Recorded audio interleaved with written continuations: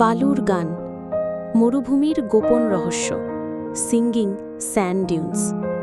আপনি কি জানেন, পৃথিবীর কিছু কিছু মরুভূমি আছে যেখানে বালু গান গায়? হ্যাঁ, ঠিকই শুনছেন। কোনো বাদ্যযন্ত্র নেই, কোনো শিল্পী নেই, তবুও যেন আকাশ ভরে যায় অদ্ভুত সুরে। প্রশ্ন হল, এই সুর কি শুধুই প্রাকৃতিক ঘটনা, নাকি এর পেছনে লুকিয়ে আছে কোনো প্রাচীন রহস্য?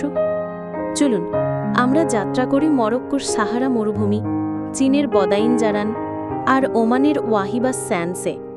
সেখানে গেলে আপনি শুনতে পাবেন এক ধরনের কম্পনময় গুঞ্জন, কখনো গম্ভীর, কখনো আবার মৃদু বাঁশির মতো আওয়াজ। প্রাচীন যাযাবররা বলতেন এই শব্দ আসলে বালুর আত্মার গান। তাদের বিশ্বাস ছিল এখানে বহু আগের বাসিন্দাদের আত্মা এখনো ঘুরে বেড়ায়, আর তাদের কান্নাই রূপ নেয় এই সুরে। কিন্তু বিজ্ঞানের চোখে এটা কি? গবেষকেরা খুঁজে পেয়েছেন এই শব্দ তৈরি হয় তখনই যখন শুকনো, একদম নিখুঁত গোলাকার বালুকণা একসাথে নেমে আসে টিলার ঢাল বেয়ে।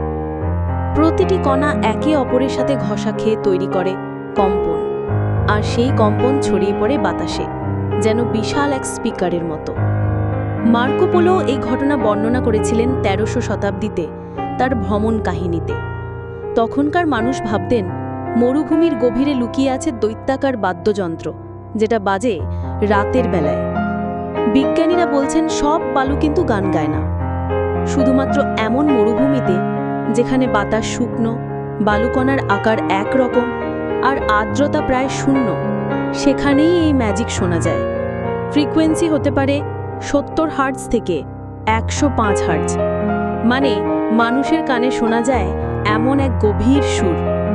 তাহলে কি সবই বিজ্ঞান, নাকি বিজ্ঞানের আড়ালে এখনো লুকিয়ে আছে কিছু রহস্য যা আমরা জানি না?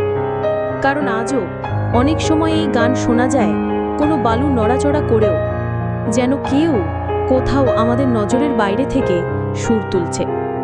যখন আপনি মরুভূমিতে দাঁড়িয়ে থাকবেন আর বাতাসে ভেসে আসবে সেই গোপন সুর, তখন মনে রাখবেন পৃথিবীর সব রহস্যের উত্তর বিজ্ঞানের কাছে নেই।